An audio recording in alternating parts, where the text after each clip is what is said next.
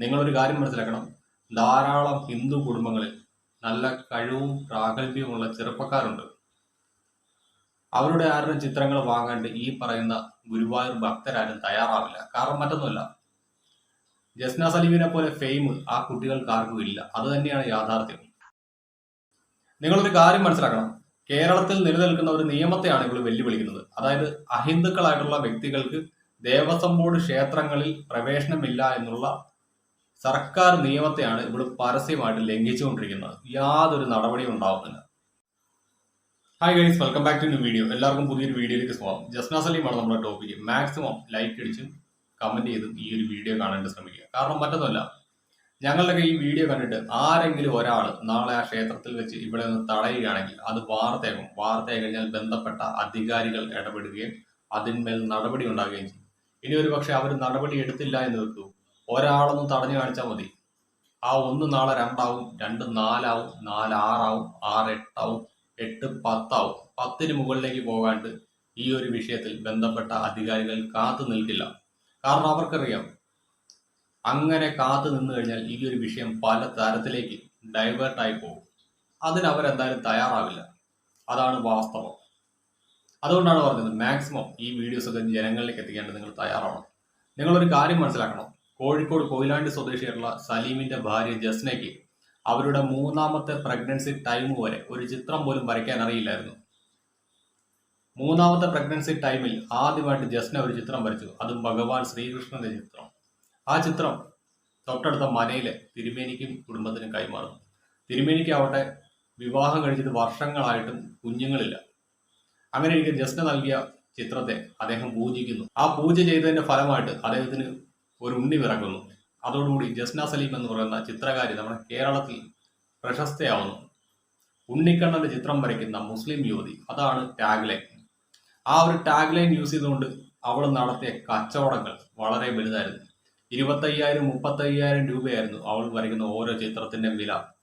ആ തുക നൽകി ആ ചിത്രങ്ങൾ വാങ്ങാൻ വേണ്ടിയിട്ട് ധാരാളം ആളുകൾ നമ്മുടെ സമൂഹത്തിലുണ്ടായിരുന്നു. നിങ്ങളൊരു കാര്യം മനസ്സിലാക്കണം. ധാരാളം ഹിന്ദു കുടുംബങ്ങളിൽ നല്ല കഴിവും പ്രാഗൽഭ്യവുമുള്ള ചെറുപ്പക്കാരുണ്ട്. അവരുടെ ആരുടെ ചിത്രങ്ങൾ വാങ്ങാണ്ട് ഈ പറയുന്ന ഗുരുവായൂർ ഭക്തരാരും തയ്യാറാവില്ല. കാരണം മറ്റൊന്നുമല്ല, ജസ്ന സലീമിനെ പോലെ ഫെയിം ആ കുട്ടികൾക്ക് ആർക്കും ഇല്ല. അത് തന്നെയാണ് യാഥാർത്ഥ്യം. ശ്രീകൃഷ്ണന്റെ ആയിക്കോട്ടെ, പരമശിവന്റെ ആയിക്കോട്ടെ, മഹാവിഷ്ണുവിന്റെ ആയിക്കോട്ടെ, ദുർഗയുടെ ആവട്ടെ, കാളിയുടെ ആവട്ടെ, ചിത്രങ്ങൾ നല്ല രീതിക്ക് വരയ്ക്കാൻ അറിയുന്ന ധാരാളം ചെറുപ്പക്കാരുണ്ട്. അവരുടെ നിന്നൊന്നും ഈ ചിത്രങ്ങൾ വാങ്ങില്ല. ഈ ഒരു തട്ടിപ്പുകാരിയുടെ കയ്യിൽ നിന്ന് മാത്രമേ ഒരു ചിത്രം വാങ്ങത്തുള്ളൂ. ഇവൾ ഈ ചിത്രം പോലും വരയ്ക്കുന്നതല്ല, അത് മറ്റാരോ വരയ്ക്കുന്നത് ഇവൾ കൊണ്ടുവന്ന് വിൽക്കുന്നതാണ് എന്നാണ് പലരും പറയുന്നത്. എന്നാൽ ഈ ഒരു വിഷയവുമായി ബന്ധപ്പെട്ട് കൂടുതൽ ഡീറ്റെയിൽസ് അധികം വൈകാതെ പുറത്തേക്ക് വരും. അതുകൊണ്ട് തന്നെ നിങ്ങൾ എല്ലാവരും ഞങ്ങളെയൊക്കെ ഒന്ന് സപ്പോർട്ട് ചെയ്യണം. ഞാനും ഒരറ്റത്തുനിന്ന് അന്വേഷിക്കാൻ തുടങ്ങിയിട്ടുണ്ട്. ഇവളെ കുടിച്ച വെള്ളത്തിൽ വിശ്വസിക്കാൻ കൊള്ളില്ല എന്ന് ഒരു വനിതാ ജഡ്ജി തന്നെ ഇറക്കി ജഡ്ജിമെന്റിന്റെ കോപ്പി. ആ ഒരു ജഡ്ജിമെന്റിന്റെ കോപ്പി കണ്ടെത്താനുള്ള പരിശ്രമത്തിലാണ് ഞാൻ. അങ്ങനെ അത് കിട്ടുവാണെങ്കിൽ ഉറപ്പായിട്ടും ഞാനത് ഇവിടെ കൊണ്ടുവന്ന് വെക്കുന്നതായിരിക്കും. കാരണം വേറെ ഒന്നുമില്ല, അങ്ങനെയെങ്കിൽ ഈ ഒരു ഫ്രോഡിനെ തിരിച്ചറിയേണ്ടത് നമ്മുടെ കേരളത്തിലെ പൊതുസമൂഹം തയ്യാറാവണം. അതിനു വേണ്ടിയിട്ട് മാത്രമാണ്. പിന്നെ എത്രയെല്ലാം തെളിവുകൊണ്ട് നിരത്തിയാലും ഈ നാട്ടിലെ ഹൈന്ദവ സമൂഹം നന്നാവില്ല. കാരണം മറ്റൊന്നുമില്ല, മണ്ടന്മാരാണ്. പറയാതിരിക്കാൻ പറ്റില്ല. ആരെങ്കിലും ഒന്ന് ചിരിച്ചു കാണിച്ചു കഴിഞ്ഞാൽ ഉടനെ അവനെ എടുത്ത് തലയിൽ വെക്കും. അവന്റെ ഉദ്ദേശശുദ്ധിയെ പോലും എന്താണെന്ന് അന്വേഷിക്കാൻ നിൽക്കില്ല. അതാണ് യാഥാർത്ഥ്യം. എന്നാൽ ഈ ഒരു വിഷയവുമായി ബന്ധപ്പെട്ട് പണ്ട് വന്നൊരു വാർത്ത ഞാനിവിടെ വെക്കുന്നുണ്ട്. വടയാർ സുനിൽ എന്ന് പറയുന്ന മാധ്യമ പ്രവർത്തകന്റെ ഒരു ബൈറ്റാണ്. അത് 2 പാർട്ടായിട്ടാണ് ഞാനിവിടെ വെക്കുന്നത്. ഞാൻ ഈ ജസ്ന സലീമിൻ്റെ ചില വീഡിയോകൾ മുമ്പ് കണ്ടിട്ടുണ്ട്. ജസ്നയ്ക്കെതിരെ ഹൈക്കോടതിയിൽ ഒരു കേസ് വന്നു. കോടതിയിൽ ഇനി അവിടെ കോടതി പറഞ്ഞു ആ ക്ഷേത്രത്തിൽ കയറരുത്, അവിടെ കേക്ക് മുറിച്ചു. അതാണല്ലോ നേരത്തെ ഉണ്ടായ വിവാദം. കേക്ക് മുറിക്കുക മാത്രമല്ല, കേക്ക് മുറിച്ച് അവിടെ നിൽക്കുന്നവർക്ക് വിതരണം ചെയ്യും. അമ്പലത്തിൽ ദർശനത്തിനായി ഗുരുവായൂരപ്പനെ കാണാൻ കാത്തു നിന്ന ചില സ്ത്രീകളെ നിങ്ങൾ എന്നെ ആക്ഷേപിച്ചില്ലേ എന്നൊക്കെ പറഞ്ഞ് ഇവർ വല്ലാതെ ചീത്ത വിളിക്കുകയും ചെയ്തിട്ടുണ്ടായിരുന്നു. വേറെ 1-2 ചെറുപ്പക്കാരും കൂടെ ഉണ്ടായിരുന്നു.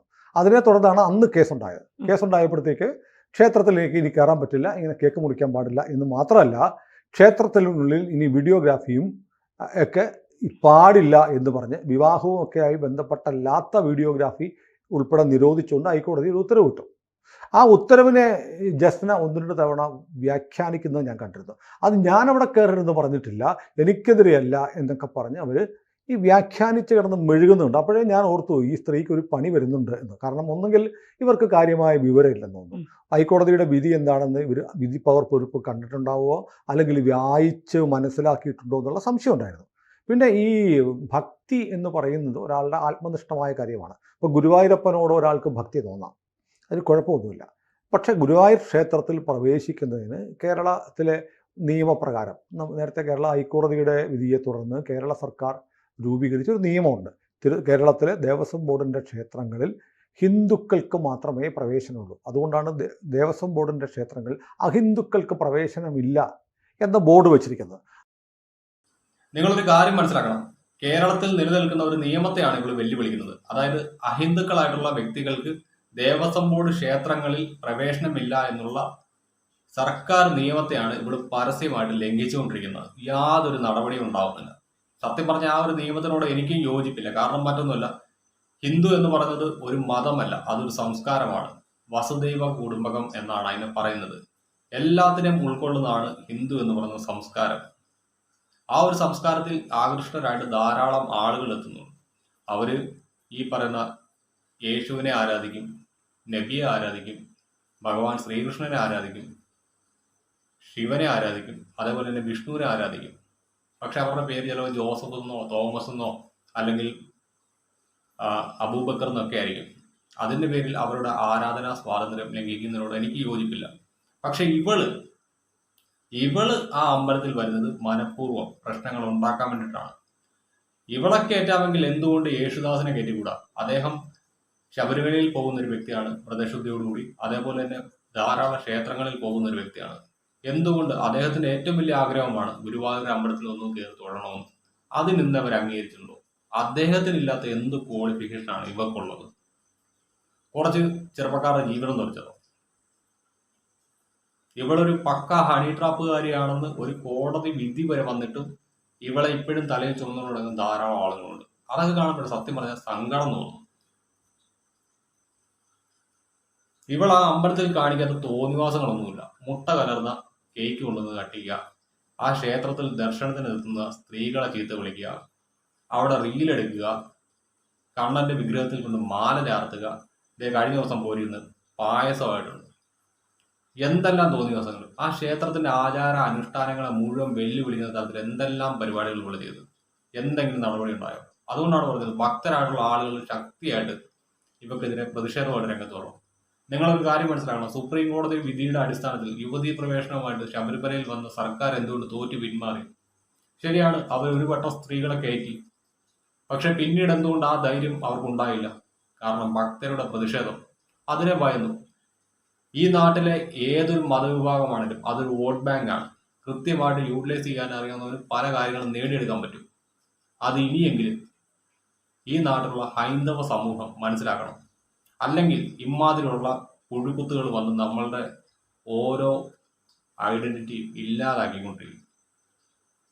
പറഞ്ഞിട്ട് കാര്യമില്ല, വിവരം വേണം. അതില്ലെങ്കിൽ പിന്നെ പറഞ്ഞിട്ട് ഒരു കാര്യമില്ല. കൃഷ്ണനെ ഒരാൾക്ക് വിശ്വസിക്കാനുള്ള അവകാശമുണ്ട് എന്ന് നമുക്ക് ആർക്കും വിശ്വസിക്കാം.